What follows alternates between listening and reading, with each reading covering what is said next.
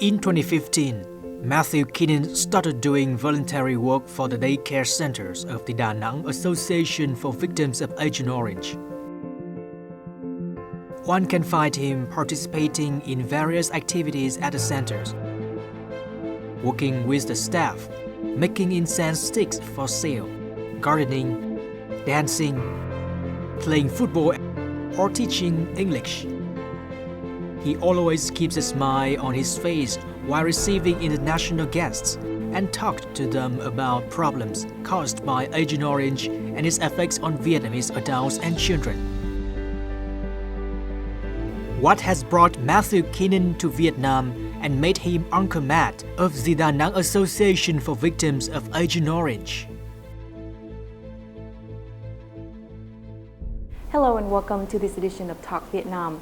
The man featured in the previous clip has spent 4 years of his life doing volunteer works at daycare centers in Đà Nẵng, and his name is Matthew Keenan. And today we are very honored to have him here to share about his inspiring stories of bringing joy and happiness to the children here in Vietnam. Hello Matthew, how are you? Okay, hello. How's your trip to Vietnam? So far, this trip has been very good. I've been here now 10 times. My first trip was in 2015. So when I complete this trip here, will be finishing up my 5th year, because now I come twice a year. How was that experience, The first time when you bought the ticket, you went on the plane, and Yes. What was in your mind at that time? I was a little anxious. I was nervous. In a very short time, I realized I was okay. When I got off of the plane in Hanoi, it was hot and it was busy with the motorbikes and people going around. It's very interesting. You see the more modern Vietnamese going around on motorbikes or driving cars, and a lot of taxi cabs. Maybe 10 minutes after walking, a young girl stopped me, maybe 14 years old. Hello, how are you? I'm okay. Where are you from? I'm from New York. Whoa, I love New York. She goes, can I talk to you? I want to practice English. I said, sure, yes, of course. And we spoke for a few minutes, and then eventually she had to go home, and I was just getting used to the neighborhood. So that experience right away told me that I'll be okay here. Another time in Da Nang, just a few weeks later after that, I was riding a bicycle. I would not dare drive a motorbike at that time. And the chain came off the bike. So I had to stop. I had to get out and try to fix. An older Vietnamese man, he came running out of a restaurant. No, no, no, no, no. And he didn't speak English, and I didn't speak Vietnamese. He said, go, go. He's pointing to go into the restaurant, and he says to wash my hands. So I did. And I came out, and he fixed the bike. Wow. Okay, and he was probably maybe close to 80 years old. Okay, and so I found it very charming. And I wanted to pay him some money. He said no. He just go. So I had very nice experiences in a very simple way, with the people of Vietnam, from a young teenager to a very old man. How did you get to know the DAVA, the Đà Nẵng Center for Agent Orange victim? I was in Da Nang during the war. I want to go back. I want to see it. It was sort of nostalgia, the sentimental reason. I had the opportunity to then visit DAVA, Center 3, at the Da Nang Association for Victims of Agent Orange. I was only there for 3 days, and I had a really nice experience with that, meeting the staff and the children. So it was a good experience to have that, to have the welcoming of the Vietnamese people, no anger feelings of like, oh, you did bad things when you come here, during the war. Nothing like that at all. In fact, the opposite. And on the runway, leaving Da Nang, after 3 days. I looked out the window and I said, I'm coming back. And I did, and I continue to come back. Choosing Đà Nẵng to reside and do his volunteer work, Matt started a new life in Vietnam with new routine and habits. Let's see how a typical day for him is like. A day of Matt starts at the Đà Nẵng Center for supporting Agent Orange victims and unfortunate children. For the last 5 years, he has always spent his weekdays at 2 branches of this center. Matt is always willing to do anything to help teachers and students here. Sometimes he joins educational classes. Sometimes he visits vocational training workshops to give a helping hand.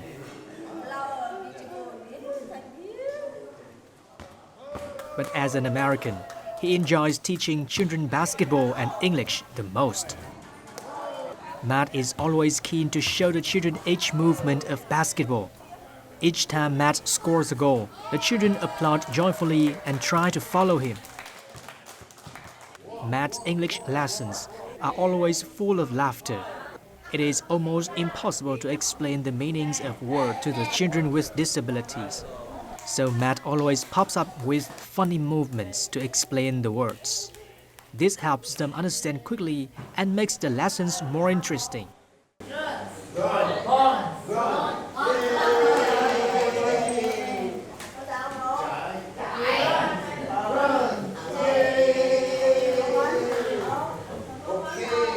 Từ khi có ông Matt đến đây và có các bạn bè của ông đến đây thì các cháu nó rất là vui. Thứ nhất là trước tiên là về mặt tinh thần và nó rất là thích, nó có những cái ông có những cái trò chơi cho các em. Các em rất là thích thú và về động viên về cái mặt tinh thần cũng như là về thể chất, ông cho các em chơi thể thao. After 5 years volunteering, Matt has now seemed to become a relative of AO victims in this center. Each time foreign visitors arrive at the center, Matt is usually in charge of welcoming them. Matt also takes advantage of every chance he has to make his activities known and to raise public awareness of and sympathy for AO dioxin victims. Whenever he meets a new friend in Đà Nẵng, especially US veterans, he always encourages them to pay a visit to the center. It hurts me to see what the children are going through because of a chemical, knowing where the chemical came from. That bothers me. So helping the children is the right thing to do. You know, the children are intelligent and happy. No matter what kind of day you're having, these children make you smile because they're happy no matter what they're going through. This is my first time and I love the center. The kids are so enthusiastic and so loving and they just want to hug you and it just makes your heart just overflowing with love and joy. I would love to give monetary contribution or even just volunteer my services on a weekly basis.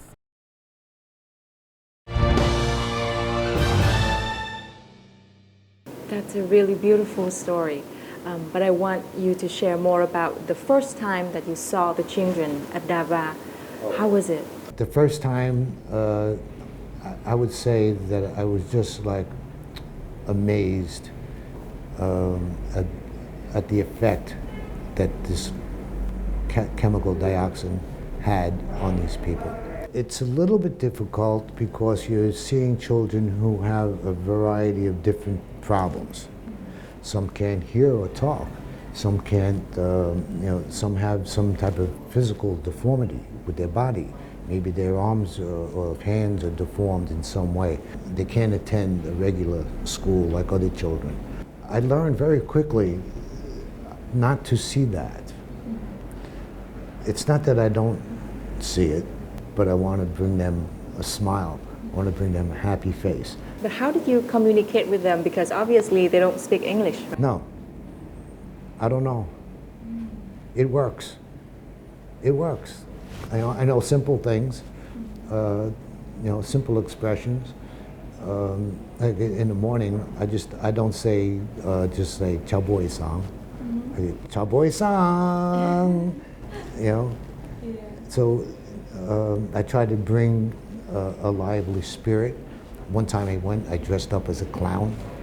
I had a whole clown suit from head to toe, even big shoes, and they didn't know who it was. I just showed up like that, and you know they figured it out soon, fast. So I will do very different things. You know, I try to be creative to bring them some smiles, some laughter, and have fun. The kids, I'm surprised I don't have what they call carpal tunnel syndrome, because they love for me to do this thing with my hands. I do this little thing, and it goes on. And then when I finish, they go, brrr, and they all laugh. And sometimes when I go to the center, Matt, they go, they want me to do it. So, you know, I've come to just appreciate them as human beings, little innocent children, right, who had no idea as to why they're in the situation they're in. But they're in an environment where they're getting taken care of so their parents can go out to work. They're getting fed lunch. Some of the kids can learn. Some of the kids can make incense, or they can participate in the sewing shop, so they can learn some type of activities, you know, to keep them busy. And you brought here today the incense. Yes, I did. You saw me. You saw me in the center for Center 1 in Da Nang. They have a machine. They put a big bowl and they put this brown powder in it, and they have the sticks, and they shoot the sticks through the machine, and they come out coated, and you have incense sticks. And this is one of the products they make to sell to the community to help get some funds for supporting the Association of Victims of Agent Orange. So I brought this for you. Thank you so much. And it's a gift from them. It's a small gift. Thank you and so much. They make thousands of these. I'm not talking about thousands of sticks, thousands of the bundles. And I believe I bring these home. I buy some, and I bring them back to New York, and I put the lit incense on the grave sites of Vietnam veterans. So it's just a very simple thing, but a symbol of the hope and the working for a better future. And how's your experience working with the local staff? The staff, we work very closely together. We do many things with the children. I have the freedom. I don't have a designated role. I'm not a teacher. I have independence to float around, and I could go to where they're making the incense, and I can have some fun with them. I can even help them a little bit. Right? Then sometimes I even help them with the sewing shop, because they gotta cut some of the stray material off of whatever they're making. Sometimes they'll call me from the Davao office. Matt, we have special visitors coming tomorrow. Last year they had the Canadian Navy. The ship Calgary came to Da Nang, and they came to the center. And so they asked me to be there because I speak English, they speak English, and it's somehow easier. And I was in the military, and they're in the military, so it's a nice connection, a nice public relations thing, and that happens often.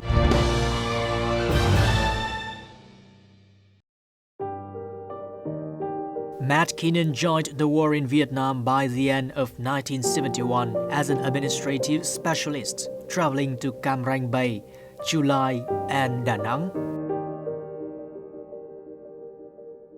Returning to New York in May 1972, he continued his college education, became a lawyer, and managed companies and properties in Philadelphia and New York. He got married, having 2 daughters and 4 grandchildren.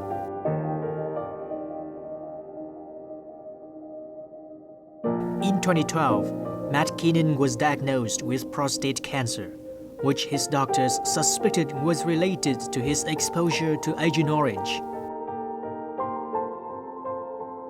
He researched the subject and became aware of the use of Agent Orange during the war in Vietnam. All 3 places he had been stationed are listed as Agent Orange hotspots.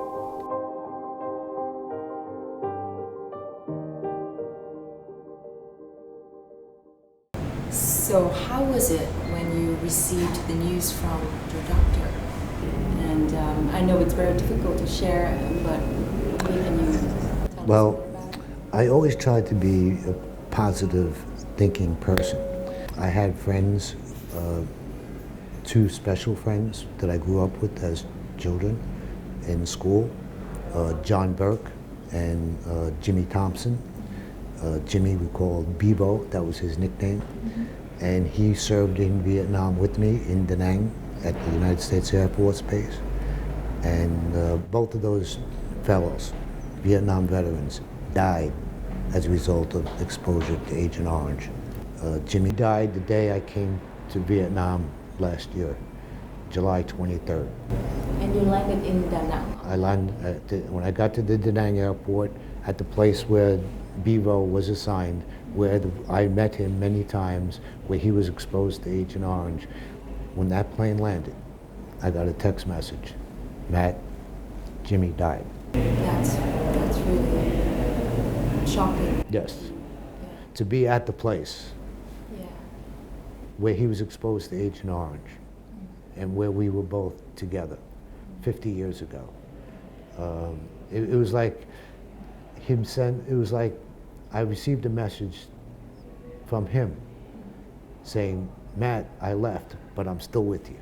So knowing about your disease and it's related to Agent Orange, Yes. is that a big push for you to come back to Vietnam after 48 years? Oh yes, The war? absolutely. As a result of knowing this diagnosis, I decided I wanted to not read about it. I didn't want to talk to other veterans or doctors about it. I wanted to come to Vietnam to learn about it because this is where I was exposed, and I learned that many Vietnamese people were also suffering from many different types of medical problems, disabilities. Americans are, like me, are affected by it, but not with the physical disabilities here. And what you got to understand is that their parents or grandparents lived in this dioxin. They were directly exposed for a long time, whether it was in the water, right, in their food products. Over time, the dioxin got into the ground and poisoned a lot of areas. So I wanted to come here to have a hands-on sort of exploration, education, to learn about the problem. So you made new friends at the Dava Center? I have probably more friends in Vietnam than I have in the United States. Believe that or not, and I lived there my whole life. They have become like a family. The image of a tall American old man and a small Vietnamese guy working together have been familiar with people at the Da Nang Center for supporting Agent Orange victims and unfortunate children. For the last few years, Matthew and Phương have become close friends thanks to heartfelt sympathy.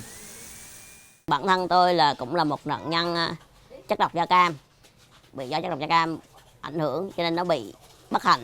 Còn ông Matt cũng vậy, ông bị nhiễm chất độc da cam, hiện nay ông mắc một bệnh ung thư. Tức là hai cái sự bất hạnh đó nó cùng giống với nhau. Cho nên chính vì đó cho nên chúng tôi hiểu nhau và chúng tôi dành tình yêu thương cho nhau và giúp đỡ, hỗ trợ lẫn nhau. Nguyễn Ngọc Phương, born in 1981, is an employee at the Da Nang Center for supporting Agent Orange victims and unfortunate children. As an AO victim, he has suffered great physical disadvantages since he was born.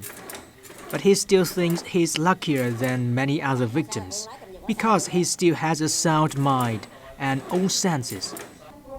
That motivated him to become a staff member of the center. so that he can earn his own living and help people with similar circumstances. Matthew also decided to volunteer, though he has to cope with cancer caused by AO dioxin. Two friends share the same situation and choose the same way to overcome adversities.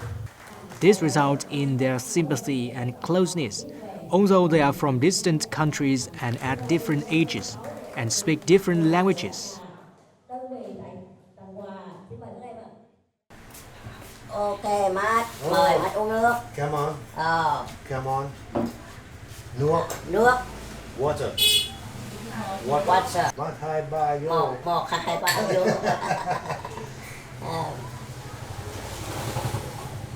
Tất cả đồ đạc ở đây là Phương đều phải làm thấp xuống để cho nó phù hợp với lại cái khả năng sinh hoạt của Phương hàng ngày. Những cái ở xa, ví dụ như thiết bị ở xa là mình phải dùng điều khiển từ xa. Phương tự chế tự làm bởi vì Phương little house is one of Matt's favorite places in Đà Nẵng because each visit helps him understand more about his little friend and local life. With inherent resourcefulness and skillfulness, Phương likes repairing old items. Meanwhile, Matt enjoys watching Phương working and is willing to offer any help. When Matt first came to Đà Nẵng, Phương was one of the people that helped him a lot with adapting to the local life, from commuting, getting used to new food, to socializing with the center staff. To Phương, it means a lot that Matt decided to volunteer in Đà Nẵng to support AO victims like him. Cái nghị lực của ông rất là lớn, tại vì ông thấy các nạn nhân chất độc da cam của Việt Nam nó bị rất là nặng, nỗi đau không bao giờ hết được. Chính vì vậy, ông mới đem cái tình yêu thương của ông đến với các em ở trung tâm, cũng giống như bản thân tôi, để ông chia sẻ, vơi đi cái nỗi đau thương mất mát đó. Chính vì cái đó mà tôi khâm phục ở ông, và đồng thời tôi cũng rất là quý trọng ông, bởi vì ông cũng đã làm cho tôi một cái niềm vui, cũng là một ánh sáng. Bản thân tôi cũng bị như thế này, nhưng mà tôi không bi quan, tôi phải cố gắng, tôi sống. So what has Phương taught you, and did that change your perspective or impression about Vietnam? Yeah, I have. What happened is I cannot use chopsticks. I've tried. You can try to teach me here for an hour, and as good as you probably are as a teacher, it's not going to happen. People have tried. So I actually bought these in New York. I use these as my chopsticks. Is it difficult? Because Well, it's put it this way. It's easier than for me using real chopsticks. Now, Fun was involved because what happened is one of the children took the sticks and separated them, so it was two pieces. So Fun, who's very creative, right, and can almost fix anything. People bring rice pots to his house. They bring fans to his house. He fixes them. So he said, no, it's okay, no problem. So he was able to drill a hole through one top, and he put a screw inside, and now they work just as good as when in fact, they're better, because it's going to be harder to separate and break them. very creative. Yes. You teach him English, right? Well, we play together with words. We have a very unique relationship where we somehow, better than other people, or my experience with other people, be able to figure out what we are trying to say or communicate without using, whether we could be using sign language, like for time, for rain, more, so we have a way of communicating, even though our language is much different. He's only 3 feet high, and he's 39 years old. He's a remarkable man, to be a child growing up with that condition.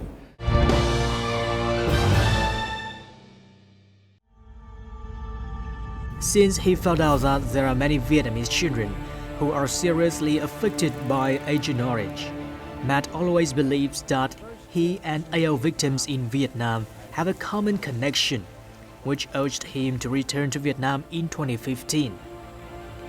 In his first return to Vietnam after the war ended, Matt did not know any place to go or anyone to contact. Desiring to meet people with similar circumstances, Matt connected with the Veteran for Peace from the U.S. That's not the first time. That's happened many times. Veterans, somehow they get my name. I've been here a long time, so they know that I'm in Vietnam, and they looked me up and contacted me. We got together.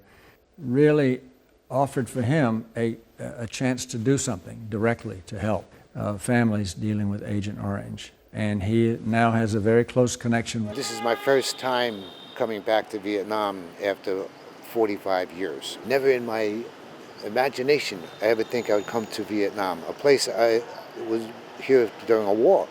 People killed, people hurt. For me to come back that first time, I didn't know how people would receive me. So I had these anxious feelings. So my experience with Friendship Village and also working with the other volunteers, I very easily realized that there was nothing to worry about. The Vietnam Friendship Village was the first place Matt visited during his first return to Vietnam. His memorable experiences in the first days of volunteering encouraged him to put every effort in helping AO victims in the country. Năm bác ấy quay trở lại Việt Nam thì bác ấy chỉ ngồi vào một góc và nhìn đứa trẻ và khóc thôi. Và bác ấy cũng tâm sự là tôi trước đây bản thân tôi là một cựu chiến binh Mỹ, đã từng tham chiến tại Việt Nam và tôi đã tạo ra những cái đứa trẻ như thế này mà tôi không hề biết. Và bác ấy đến đây với rất là nhiều cái tâm trạng và cảm xúc rất là buồn. Và bác ấy cũng có rất là nhiều cái chia sẻ về những cái quá trình mà bác ấy làm việc và cũng như là cái tham chiến trước đây. Và bác ấy có nói rằng là tôi rất ân hận. Matt did not stay in the Vietnam Friendship Village for a long time, but he still left important memories of his life here. Each time he visits Vietnam, Matt always makes sure that the village is a place to visit, where he can dance the familiar dance with the children and meet old friends. Miss Ha has a book in her office, and in that book, when you depart, when you leave, you're saying goodbye. She wants to thank you for your service to help the Friendship Village, and she asks if you could write something in this notebook about my feelings. I just wanted to thank Miss Ha for the opportunity to trust me, to welcome me, to help me, because she would even help me find a place to live while I was in Hanoi. Bác ấy nói với mình một câu lần nào đến cũng nói là lần sau tôi đến đây tôi sẽ mang theo những đồng đội của tôi để họ được nhìn thấy những cái hoàn cảnh này, để có thể ở trên đâu đó ở xung quanh trên thế giới nó không còn những cuộc chiến tranh nữa. Matt decided to become a volunteer in Đà Nẵng, where he was stationed during the war, so it helps him connect with the past. But he said he felt sorry for not being able to continue volunteering in the Friendship Village. Therefore, each time Matt returns, he always tries to bring as many U.S. veterans as he can in order to spread the love and sympathy for unluckier victims of the war.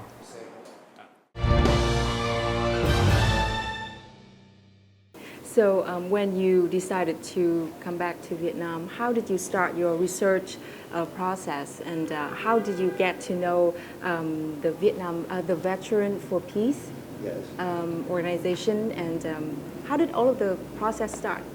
Through my research, I found the Veterans for Peace organization. So I wrote them because I saw that they were doing some nice work for Vietnam. And I contacted some Veterans for Peace people by email. I never met them. I told them what I wanted to do. They write me an email back. They would say, get in touch with Chuck Searcy in Hanoi. And Chuck is a veteran from the Vietnam War, and he lives here, and he knows a lot of people. And I asked him for some direction. I told him what I wanted to do. He told me, contact Friendship Village, orphanage here. Takes care of Agent Orange victims. Also, North Vietnamese Army veterans are in Friendship Village. So Chuck was very instrumental in his role. He's on board of the Veterans for Peace organization. and directing me to the people I needed to be in touch with. Now, I never met them at this time. This is all through email. So I contacted Friendship Village, told them what I wanted to do. They said, very good, we're very happy to have you. And so step by step, inch by inch, decided it worked. How did your family react when They learn about your decision to move to Vietnam. Well, they know I don't live here permanently. They know that I come here and I'm going to be coming back home. So I have, my mom and my father are not alive. My mom would probably be very, very happy. She was always a fan of, peace and love, and she'd be proud. I know that. But everybody else has been supportive. One family member said, "Why do you have to go to Vietnam? Who's paying you for this? Why are you spending all this money? And you could help people in New York. Why you have to go?" Well, it's a very simple answer, right? And they understood, right? Is that I have a bond. I have been affected by the most dangerous chemical ever created by man, dioxin, which now everybody calls Agent Orange. And I have a bond with the people here in Vietnam, not just the children, adults too, who also been affected by the same chemical. So that natural bond has created a very strong relationship, and my family understands that. In his 70s, Matt finds the happiness of his life in supporting not only young Agent Orange victims, but also meaningful work joining non-profit projects to help enhance the English of Vietnamese students. When Diệu Ngọc, a lecturer, raised her idea about teaching English through online discussions about the Vietnam-American War to help young students understand its brutality, the heroism of the Vietnamese people, and the losses suffered by both sides in a public forum, Matt was the first to contact her. Mình phải nói là rất cảm ơn bác. Thực sự là bác là người mà khiến cho mình cảm thấy rất là thoải mái để có thể đề xuất những cái ý tưởng của mình và giúp mình hiện thực nó. Và nếu như không có bác thì chắc chắn là mình sẽ không làm được những việc đấy. Thì mình với bác cùng qua trao đổi qua Messenger liên tục và để cho bác biết là mình cũng rất là thực sự mình muốn làm điều đấy. Thì mình nghĩ cái gì nó xuất phát từ trái tim ấy thì nó cũng đến được với trái tim, và chính điều đấy là giúp cho bác cũng hỗ trợ mình nhiệt tình hơn. Weekend at the Hồ Gươm pedestrian street. Matt has walked countless times on this path, wandering and willing to make friends with any students looking for foreigners to practice their English. Do you like Vietnamese dishes? I like this the spring roll, the fried spring roll. Yeah, I like this. But I have a problem. What? I don't know how to use chopstick. Oh, so you don't know how to use chopstick? So No. How can you eat? How do you eat? How do I eat? Yeah. I take this with me. Oh. Okay. That's nice. But this helps when I go to a restaurant. Some restaurants don't have fork. Spoon and fork. Right. Yeah. So I keep this with me. Đào Anh Sang is among the students who have been joining online classes with Matthew Keenan. Matthew's stories about the war as an insider have taught young people like Đào Anh Sang to cherish the peaceful life they live. Trước đây thì em có gặp bác qua online, qua lớp Sky của cô Diệu Ngọc. Hôm nay là lần đầu tiên thì em được gặp bác ở ngoài đời. Em rất là háo hức. Khi mà nghe được những câu chuyện bác thì em đã được coi như là tưởng tượng về những cái lúc mà bác kể. Ví dụ bác kể là ngày xưa năm 1971 là bác đến đây á. Thì em cũng là tưởng tượng là mình cũng đang đứng ở đây và đi theo câu chuyện của bác. Em rất là thích nghe câu chuyện bác và nhập tâm vào câu chuyện.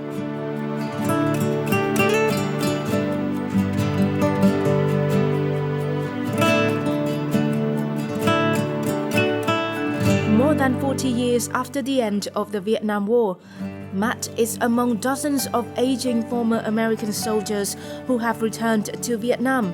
This time, not to fight, but to build a new life and live toward the best.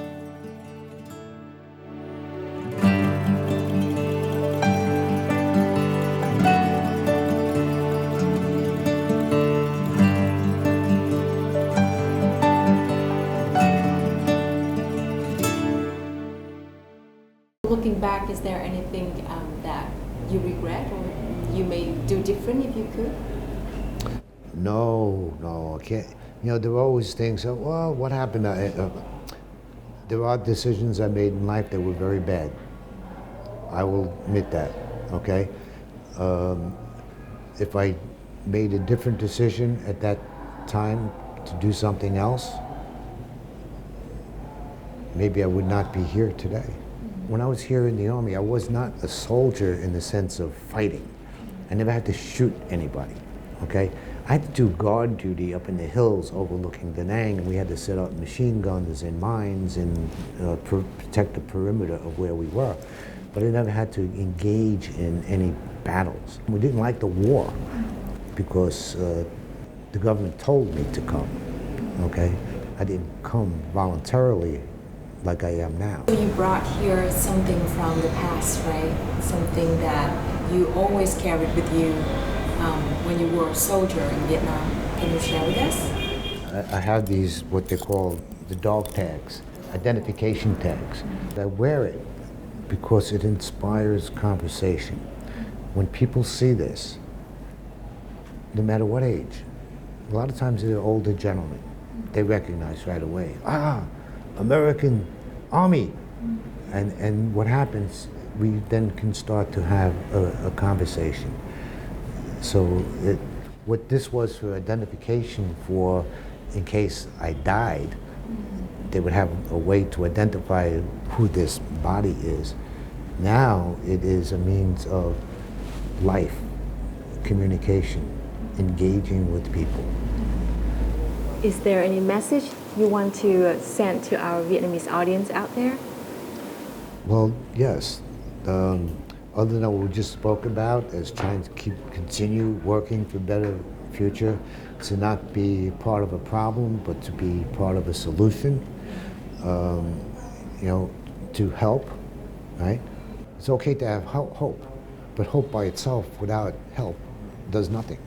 And the message I bring and I give to everyone, I never realized at the time, even though I knew it was important, how effective my mother's message was to me. When I came home from Vietnam in May 10, 1972, I was 22 years old. My mother was so happy to have me back, that I didn't get hurt, I was alive, and she had a very simple message on the door of the house. And it just said, "Welcome home, Matt." But there was something else. She had a dove.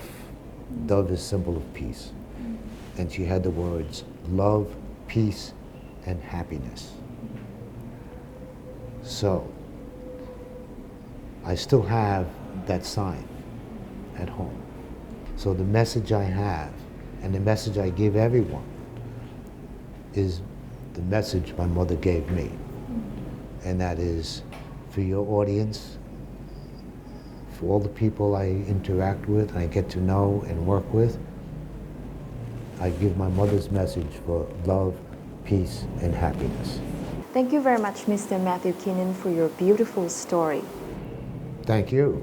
It was a pleasure to be here to speak with you. It's an inspiring story, a story of war, of peace, of reconciliation, of a strong and positive will to overcome the hardship of life. And above all, it is a story of love. And I hope that our Vietnamese audience out there also feel the same. Thank you for watching and see you next time.